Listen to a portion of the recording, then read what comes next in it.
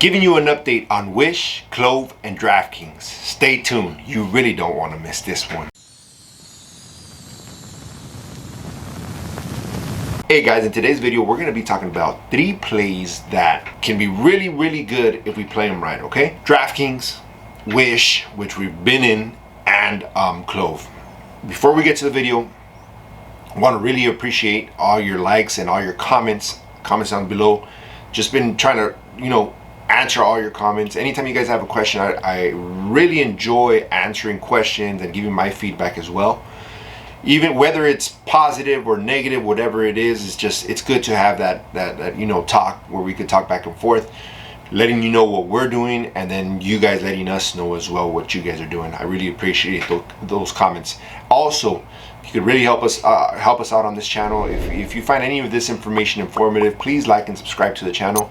Make sure you hit that that thumbs up, because it really helps people find out about this channel and get the information that you're getting, okay? And if you're not following us on Twitter, make sure you follow us on there, because we give out really good information. I think really good information. We give updates, we give plays, we let you know right on time when we're getting in, let you know when we're getting out and stuff like that, okay?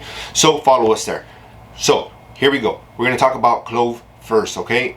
We did get alerted right before close on Clover Health, and this is the play that we've touched on before, but I wanted to show you the chart and show you why I think this might have a little run in it, okay?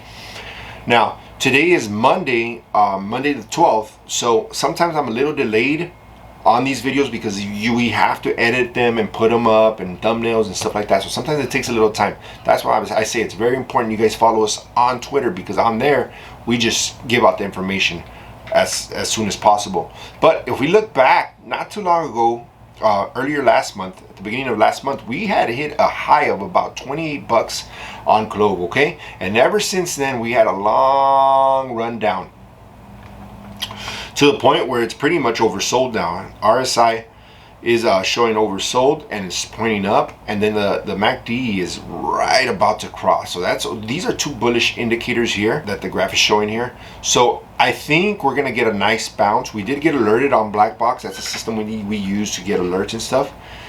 We got alerted there, so I went ahead. I already had a small position in Clove, because I sold out after the whole, after it ran up. I had sold out. I knew it was gonna consolidate because it ran up so fast. Came all the way back to 9 bucks. The low on this stock is like about 630. I don't think it's gonna go much lower than where it's at now, 9, but I think it may gap up tomorrow morning, and that's something I mentioned on Twitter, okay?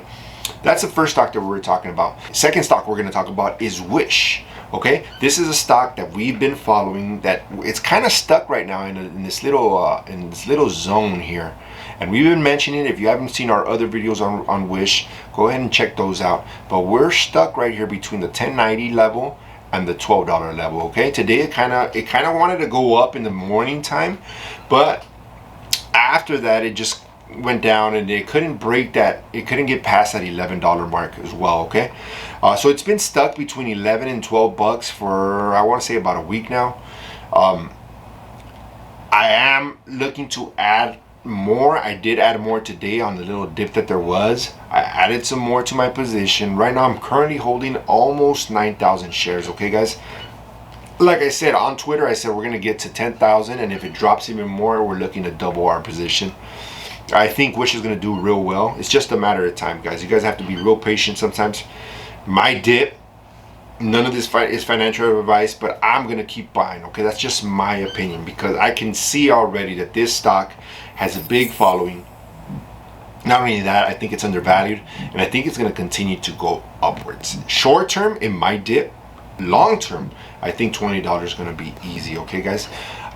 With this stock, and it's stuck right here, right between this 1090 level and $12 level, okay? It's stuck for now. As long as it continues to hold at 1090, doesn't dip too much down, as it comes back up and closes in this range here, we're gonna be all right. We're gonna be all right with the stock, okay?